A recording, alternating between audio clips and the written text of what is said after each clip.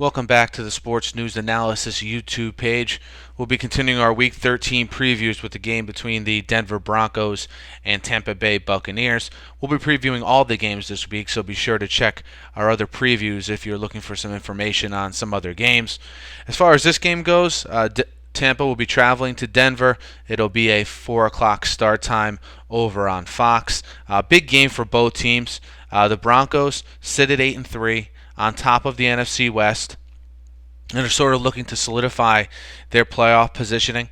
It looks as though them winning the AFC West will be a foregone conclusion, but now they're in the mix for a potential bye on that first weekend of playoffs, an always coveted bye that teams really try to jockey for and get themselves in position for.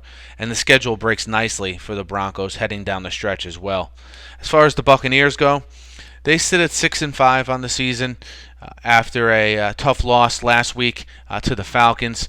A win there would have put them in prime wildcard position, but now, hey, they pretty much have to get this win in order to stay in legitimate contention because their schedule down the stretch gets pretty difficult. So a lot on the line for both teams here. As far as the Broncos go, they come into this game having beaten the division rival Chiefs last week. Was it pretty? No, it wasn't. But sometimes you get in these division, grinded out kind of games, and these are the games that you need to win in order to have that 12-4, 13-3 record and be vying for a bye in the playoffs. So the Broncos actually showed us something. Their offense wasn't clicking on all cylinders. It was the first week maybe where we saw their offense take a step back instead of getting better all year. But hey, they still won the game. Peyton Manning's having a great comeback season, completing 67% of his passes so far, 26 touchdowns, 8 interceptions. He's getting rid of the ball quickly, as evident by the fact he's only been sacked 16 times. So that tells us, one, his offensive line is where it needs to be, and second, his chemistry with the receivers is getting better. Because his good days in Indy, he got rid of the ball so fast that you didn't have time to even think about sacking him. And you're seeing him develop that rapport with his receivers as well, most notably Eric Decker and Demaryius Thomas, who have been his main targets. Defensively, the Broncos are solid.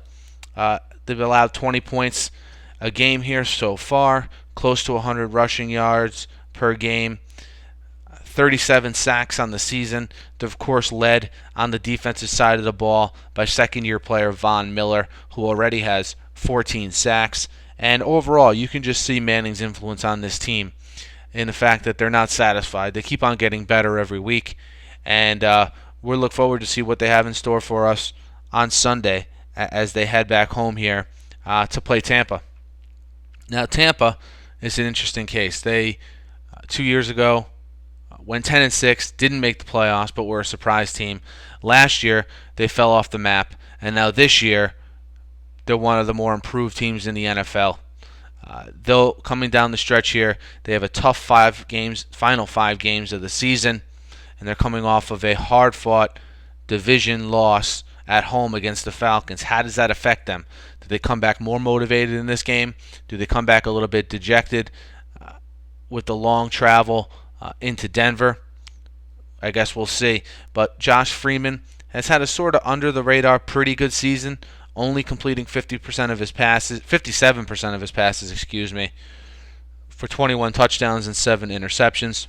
The real star for Tampa that kind of came off the radar this year has been Doug Martin, the rookie running back out of Boise State. He's averaging nearly 5 yards a carry, has 9 touchdowns, and look, if you took a flyer on him in the middle to late rounds in a fantasy draft, he's paid huge dividends for you, and I bet you're heading to the playoffs in your fantasy league.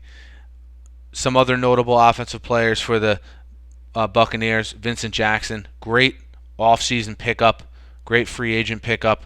Vincent Jackson, formerly of the Chargers, 7 touchdowns so far this year on 47 catches. He stretches the field, and he gives Josh Freeman, I think, what he needs in big targets. And he's not the most accurate passer in the world.